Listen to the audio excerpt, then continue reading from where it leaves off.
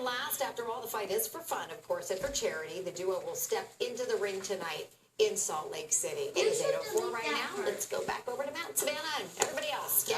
All right, Nat, thank you so much. Well, move over Little League, step aside soccer, extreme sports, apparently all the rage. With more visibility and exposure, kids as young as 5 years old are jumping onto things like skateboarding, rock climbing, even motocross.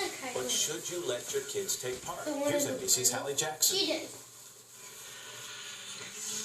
You haven't seen big air and epic tricks like these before. Because if you look closely, you'll see these athletes are not adults, though they're still extreme and extremely young. I'm about to ride that. Jackson Goldstone, just 10 years old, is already a YouTube sensation for moves like this one.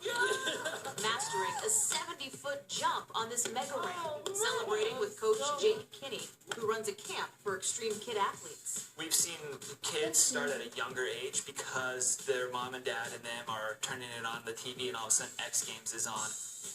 Across the country, all kinds of high-intensity, high-velocity sports are attracting kids at younger and younger ages, even in an era when children seem to be more sheltered than ever, as John Lackman points out in his New York Times Magazine story out this weekend. They don't necessarily have people around them who are good at these activities to sort of coach them and help them learn how to do it safely. Pediatricians say broken bones and bruises are common, but there's a real risk something more serious could happen. About half the head injuries kids get during sports come from bicycling, skateboarding, and skating. There are some of these injuries that you don't recover from. Orthopedic surgeon Allison Brzezinski sees it all the time. I have one patient, BMX racer, and he broke both femurs at the same time, and that was after tearing his ACL and breaking his shoulder, and he just keeps getting out there and doing it again. Experts say, as with any sport, expect some minor injuries, but it helps to make sure kids get the right coaching before they begin, and always have them wear the proper safety gear. For climbers like the Cullens, that means carrying crash pads in case they slip. Nice, Kylie. Though that doesn't happen often for Kylie, one of the top 10 kid climbers in the country. I just don't like the fall part. It's like going on a roller coaster, but a really scary one.